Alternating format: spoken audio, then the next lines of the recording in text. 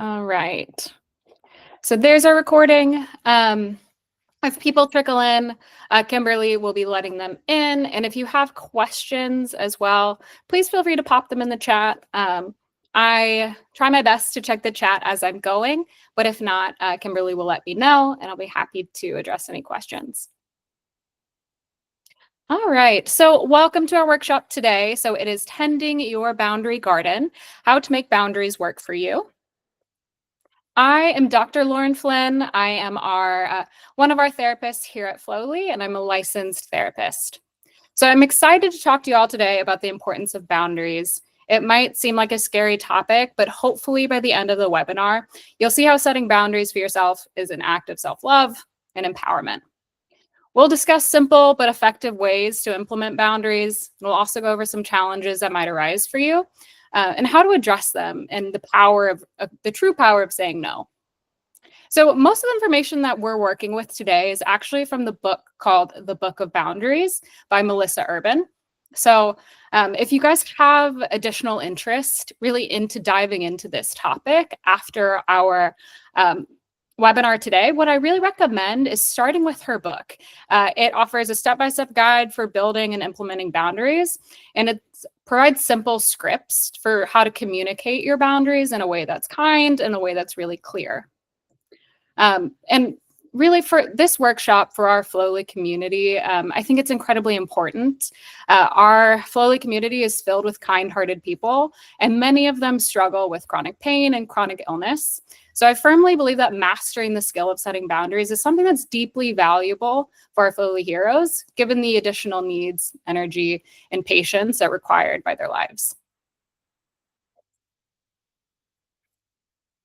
All right.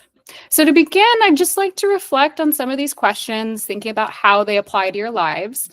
Do you feel like you're constantly thinking, why am I so tired all the time?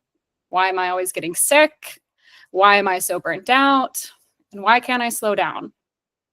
Do you feel like you've had a hard time telling people no when asked to do something, especially something that you don't want to do?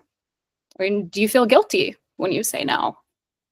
And also, have you been taught to discount your needs? Did you grow up in an environment where you didn't really consider your own needs, really just the needs of others? Are you maybe someone who's constantly people pleasing or shape shifting into what you think other people need or want from you? So the answer is yes to any of these questions. You can drop a 1 in the chat. You don't have to share which one applies to you. Just maybe make a mental note of the thing that really stuck out and that you resonate with. See some numbers in the chat. Okay. Okay. So I'd first like to recognize that boundaries sometimes have a negative connotation.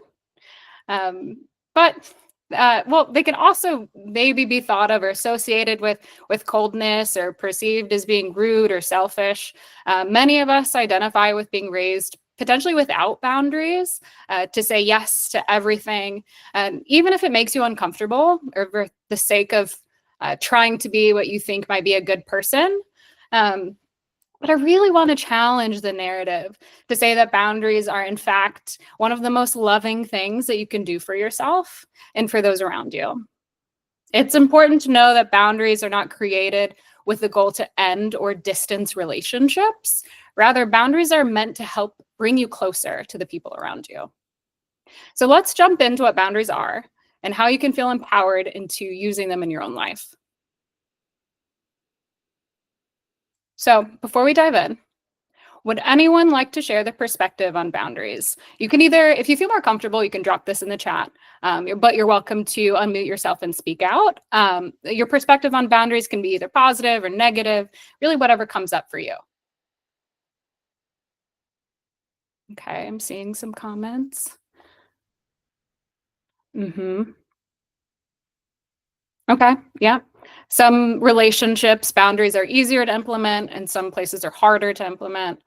It can be difficult to enforce. Okay, yeah. So as we move forward, we're going to start with reframing how we understand boundaries. And I think we're using what I think is a really beautiful analogy to really examine boundaries. So we're starting with this. Imagine a home with a yard, and in that yard is a garden. You've put a lot of effort into maintaining and growing your garden. It's flourishing and it's beautiful. Maybe you've worked on growing your favorite type of flowers or favorite types of fruits and vegetables and herbs, but this is the garden that you've really cultivated. You're proud of all the work that you've put into it. But imagine that there's no fence around your garden. So, as time goes on, animals or other people decide to wander into your yard and eat the fruit from your garden and maybe pluck the flowers. They also stomp around in the dirt and crush what's underneath it. Now you have to replant your garden and start the process all over again.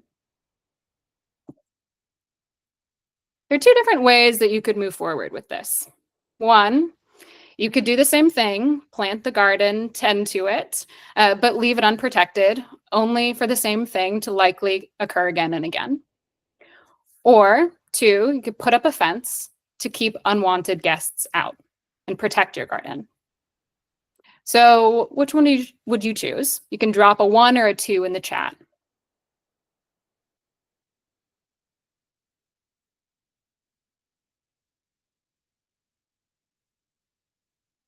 Okay. Seen twos, twos. Okay. So it could be for some of you that the answer seems intuitively 2. It might be an obvious answer for some of you. However, if you look at this fence as setting up boundaries in your own lives, many of us unconsciously or consciously choose number 1 within our own lives. Even though we might encourage others to have a fence, we might even help them build their fences. Some of us might see our own fences as something that's an inconvenience to other people, and we might not value ourselves enough to put in the effort to build our own fence.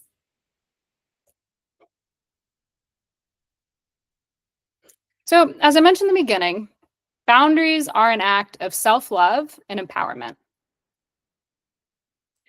They also help those around you to teach them how to love you and how to respect you in a way that's meaningful. When you think of boundaries in this way, it's important to ask yourself, what type of boundaries am I setting? And what is the desired outcome? Perhaps what you're hoping for is for you to protect your mental health, maintain healthy and respectful relationships, potentially to prevent burnout and exhaustion. It could even be to boundaries to enhance your own productivity, protect your time, or your boundaries could be intended just to really for you to feel an overall sense of empowerment or feel a sense of self-love. So there are 3 simple steps in establishing a boundary. However, it does require a bit of thinking ahead of time. So we'll really start on those thought-provoking questions. Begin with asking yourself a series of questions. So who am I setting the boundary with is the first question. It could be yourself, it could be your partner, it could be a coworker, family member, children. Really identify who am I setting that boundary with. And next, and it's an important question, may not be applicable to you, but an important question for people to think about is it safe to set this boundary? Or potentially, am I in a relationship where setting boundaries could jeopardize my safety? In order to protect myself and set boundaries, do I need external resources or types of support in order to feel safe? And lastly, what am I willing to do if my boundaries are rejected or refused?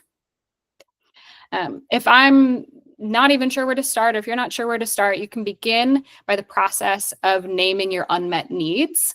And try to think of what comes up for you without second guessing yourself. Just trust your gut instinct.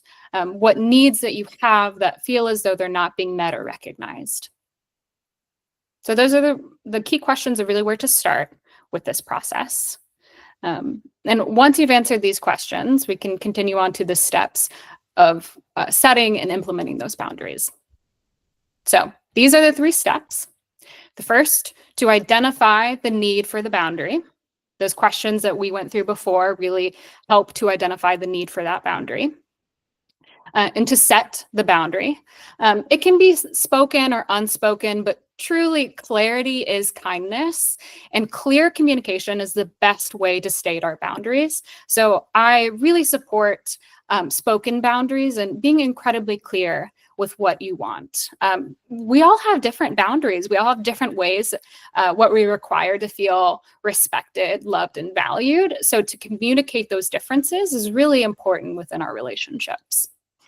And then hold that boundary. Commit to following through and knowing your limits. Think of these as your own personal strategies for setting boundaries. And this, in truth, may feel quite vague. So I came up with a bit of an example. So applying it from the beginning, from step 1.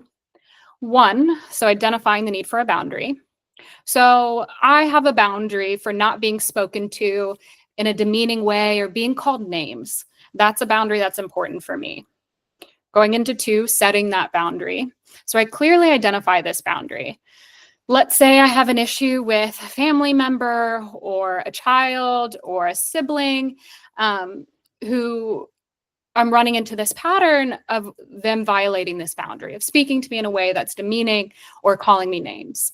I might say something like, it's important for us to navigate conflict and frustration is valid, but I'm not willing to endure name calling, and I'm not willing to endure being spoken to in a way that's critical and demeaning. And then the last part is upholding that boundary. So to hold that boundary, how do I move forward if they are to violate the boundary? Is it that I end the conversation each time that this occurs and remain consistent with that behavior? Is it that if this is a phone conversation that I'm engaging in, I just say, hey, okay, this is the end of our conversation.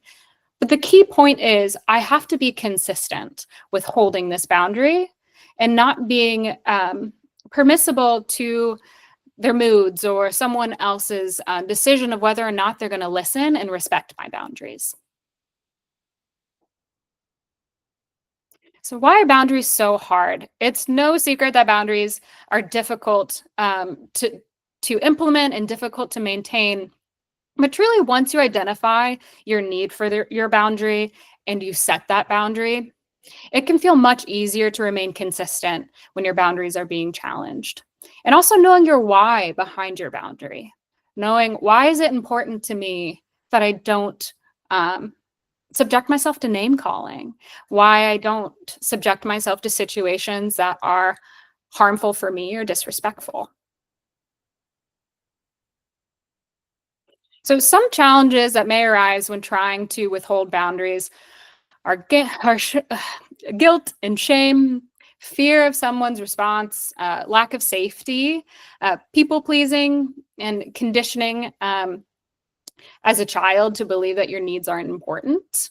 In these moments, the most important boundary you will have is with yourself. So this can look like reminding yourself to reframe your thoughts when you are in a compromising situation or after a boundary is crossed.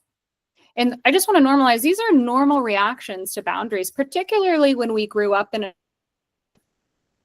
and modeled healthy boundaries. So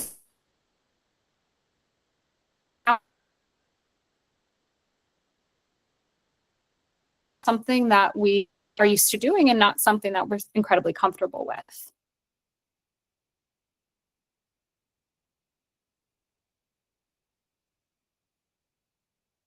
It. It's effort that's worth it. So reframing your thoughts. This can look like, instead of thinking I'm a mess, tell yourself I'm human. Instead of thinking I can't do this, tell yourself I can do hard things. Instead of thinking I'm a failure, tell yourself I'm learning. Instead of thinking why is this happening, ask yourself what is this teaching me? It's also important to remember when someone is questioning your boundaries, it's an opportunity to reflect on whether that person is someone who disregards communicated boundaries, or it's really important to question whether this person is really worth having in your life. If there's someone who doesn't respect the communicated boundaries that you set, um, ask yourself if it's worthwhile to have someone who wouldn't make the minimum effort to safeguard your health, your sanity, your life, your mental well-being. And ultimately, you're not responsible for how they react. And I know this can feel a bit simplified because that's not always how it works when it comes to, let's say, our children. I know this works different with children than it does with friends or with a romantic partner. Um, but when you think about it in terms of your children, when you set a boundary and maintain boundaries with your children, you're modeling for them the value of them setting and holding boundaries that will protect them and enable them to develop healthy relationships. It's helpful for us also to think about it in the sense that if I grew up in a household where healthy boundaries and respecting our own boundaries was modeled for me, this process would probably feel easier. So, in a way, setting boundaries and holding boundaries for my kids is a gift to them as it allows them to do this process in their own lives a bit easier.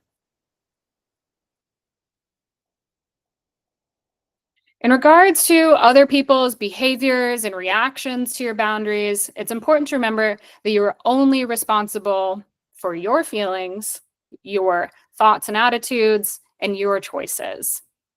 You cannot control how other people act. You can't control how other people respond to your boundaries, but we can control if and how we set boundaries around how we're willing to be treated and the level of kindness and respect that we expect from other people.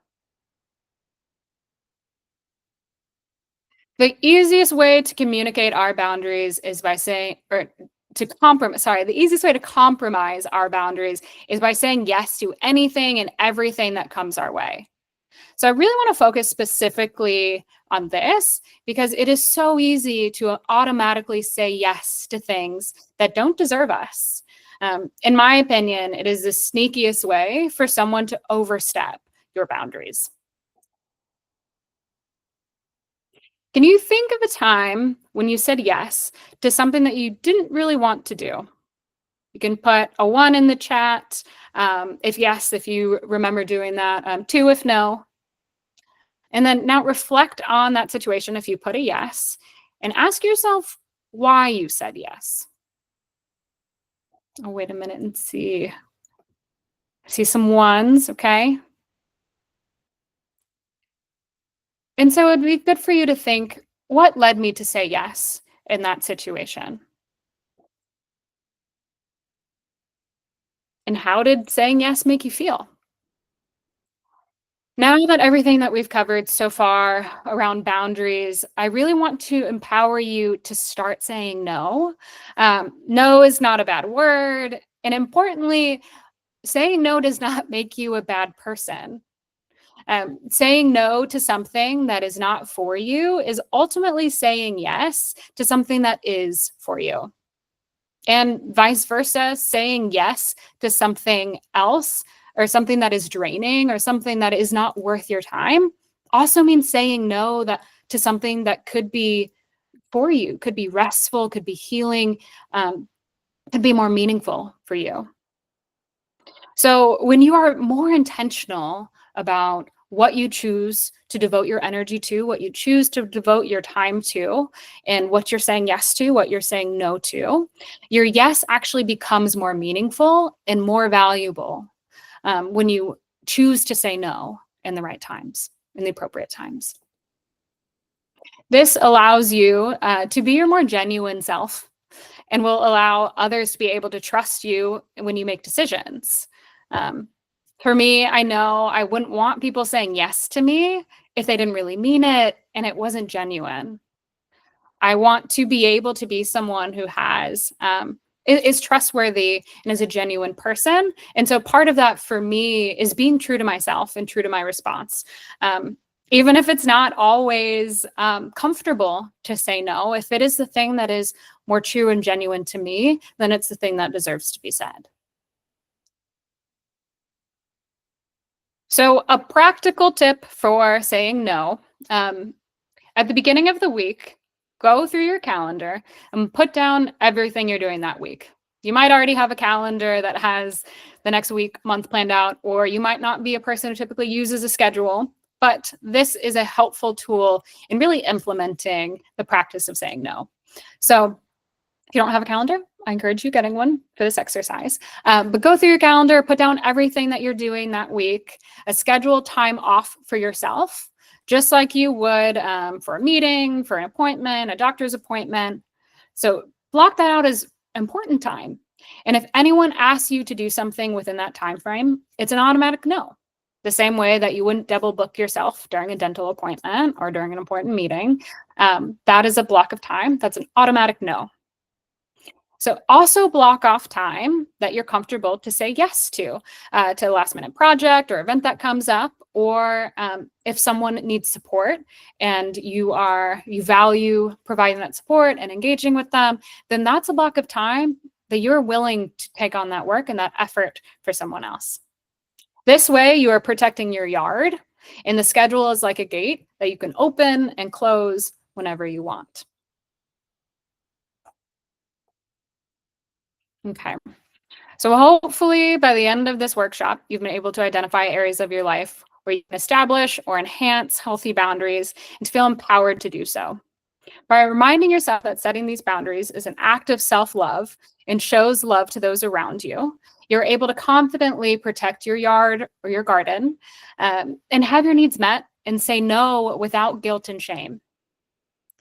I'd like to end with saying, with sharing the saying that hopefully resonates with you. The saying goes, boundaries are bridges, not walls. So in our lives, instead of walls, healthy boundaries can be gates, they can be bridges that allow you to enjoy the beauty of your own garden while respecting the beauty of others. So this part right here, I think I'm going to close out our recording so we can engage in a little bit of discussion. And that doesn't have to be verbal. If you'd prefer not to, you can always drop it in the chat. Let me go ahead and pause our recording.